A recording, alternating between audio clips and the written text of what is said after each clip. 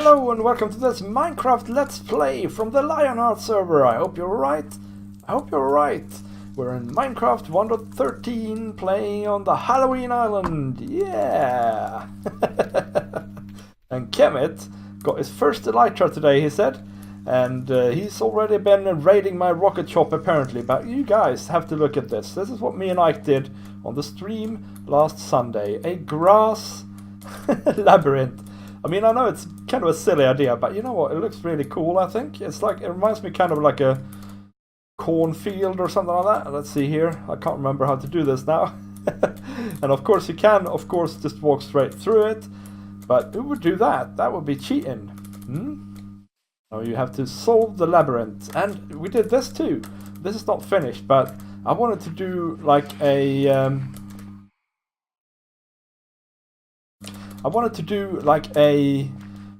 basically a very crude ruins, okay? And it's based upon some principles here. I will talk about it in a second here, but I wanted to show you what it looks like. First, there's a hole here. Let's not have a hole in it. So this is going to be a ruin, so we're going to have to blow some of it up. We might even do that today, actually, in a little bit here, but it's a ziggurat. And some other buildings around here, like that one and this stuff over here.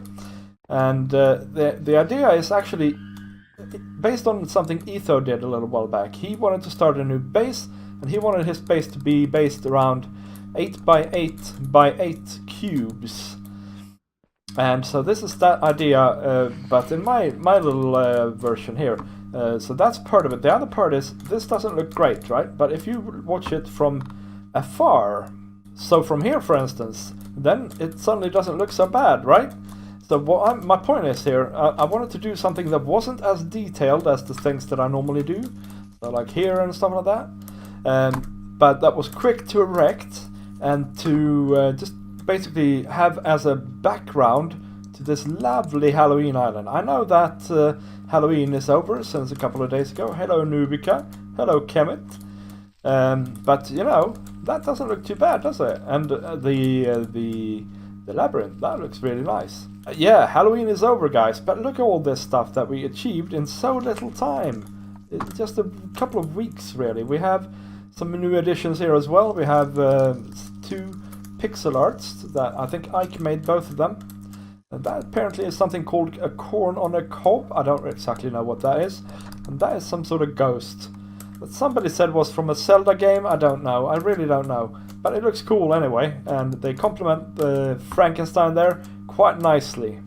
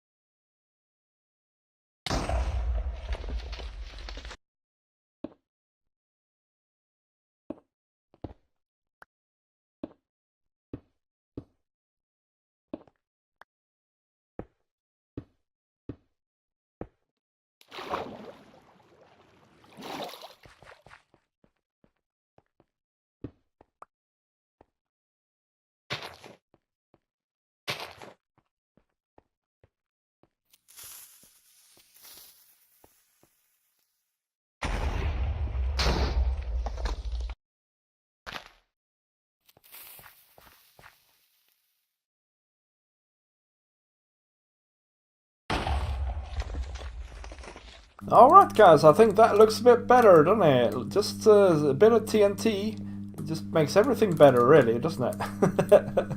And Ike on the stream suggested that we make the entrance into like an underwater passage instead. And he suggested we take some inspiration from the Guardian temples to make these things here. And then I need to fix this water, but I don't have a bucket with me. And then it just leads into this underground at the moment, but we might change that up and make it into something snazzier later on, because I really like this project for some reason. It's nice and easy going to build and things like that. And you know what, look at these edges now. They are so much more organic, even though I just blew up a couple of pieces of TNT and filled in the holes. Granted, I did add some stairs and things like that, but just to make it a little bit more detailed, but you know, man, just something little like that, and all of a sudden it's a whole new build in my opinion. I hope you really like this Halloween theme, I really do, because I had tons of fun building it, and I just wanted to show you one last thing, and then we won't build anything else out here for the moment, but it's this. Ike is getting along well here with his creeper stuff, his charged creeper stuff, and in case you don't know, this is such a good idea, right? Underneath there are dispensers, there's going to be invisibility potions in them. When you come into this room here, you're going to trigger those invisibility potions, so the creepers become invisible in all these cages, but the glow around them, that remains. There'll be apparitions or ghosts in here. That is such a good idea, and I hope he continues with it shortly. Anyway guys, for the rest of this episode we're going to go out to the Games District again and continue on our Wheel of Fortune game. Okay, the Wheel of Fortune game, guys. This is where we're at. Since last episode we have the interface done. So the idea is this lamp will light up, or these lamps will light up in sequence, one after the other, and after a random amount of time it'll stop on something. If it stops up top, by the way, you put in a diamond here to start the game. So if it stops up top, you win. And then you collect your winnings over here, and that's the whole idea, right? So in this case now it starts going, and we'll see how far it comes. As you can see, it's fairly slow, and the main reason for that is that hoppers are slow in this game. And I couldn't really figure out another way to do it quicker. The other way to do this, trigger lamps like this in a sequence, is to use a rail.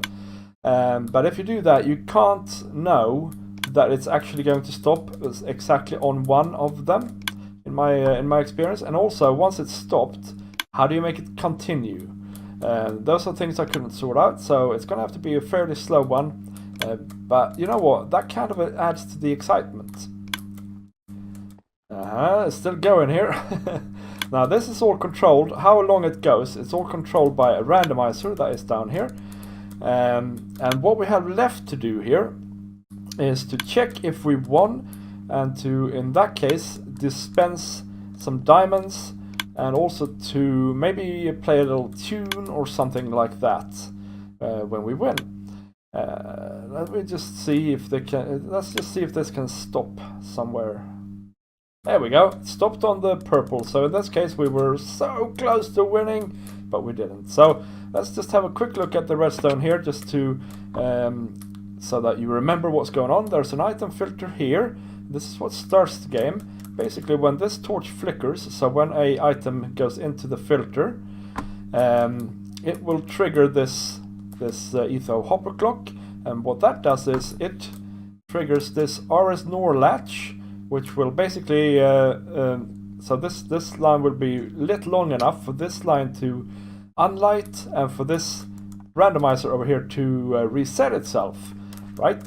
So that's that. Now this clock over here is what controls the lamps, and it also controls this randomizer, and it'll keep going until the randomizer produces a item that gives it a signal strength of 3, i.e. this shovel here. At which point it'll again fire redstone into the RS NOR latch, turning this line on, stopping the clock, thus stopping the game. So what we now need to do is figure out a way to detect if this particular... Oh, Ike is looking at stuff. Thanks. Yeah, so we need to look at if this particular lamp has been lit. If it is, we need to spew up some diamonds in this hole here. Alright, so let's first clarify, what does it mean to win in this game? Well, there's two things that needs to be true at the same time. First of all, this signal needs to be on, like it is now, because that means that the clock has stopped, so that the game is actually over for this round. And then the second thing is that the item needs to be in this particular dropper, because it's right above, well, it's the winning dropper basically. So what we need to do is we need to have a AND gate that basically makes sure that this is on and that some sort of signal we take out of this is also on. And in that case, it needs to basically fire I guess a series of droppers with diamonds in them that leads into a item elevator that goes up here with that basically makes it spew diamonds out of it. Okay guys, let's have a look now then. So basically what I said before was that this lamp needs to be on and the game needs to be stopped. And the game is stopped when this redstone signal is on, so we have a redstone signal going from that again. This redstone signal going to the clock, by the way.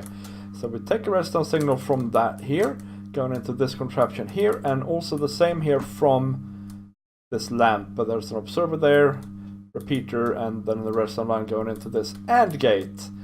And so when both of these conditions are met, so when that is lit and that is lit, that means that this torch will turn off, and these 4 droppers will fire, and they have some diamonds in them. They fire into these hoppers, which goes into this dispenser. This dispenser has a thing on it here, just a little clock, so that it senses if there's anything in it, and if there is, it gives itself a redstone signal, so they will shoot up and, in theory anyway, end up over there. Now the thing is, I need to test this. The only really good way to test this is to actually keep playing the game. So that's what I'm gonna do for a bit here until we have a winning combination here, and then hopefully this will work, because there is some issues here with timing, I suppose. Yeah, you saw the lamp just passed there, and now the game is ended. Yeah, so of course it's not that easy to win this game, so this might take a little while. But we'll give it a go until we succeed. Oh, come on. So this is one of the things that I would like to amend, but at the moment I have no idea how anyway. That is that I would like the game to maybe do at least half a lap before it gets the chance to stop. So that the randomizer basically is out of play until it's gone 4 or 5 ticks or something like that. So we passed the lamp here now, but the game is still not over, so the AND gate obviously will only turn that lamp off and that torch off and that torch off if both of these redstone wires are lit, and that in turn is the only thing that can turn this torch off, firing this signal here.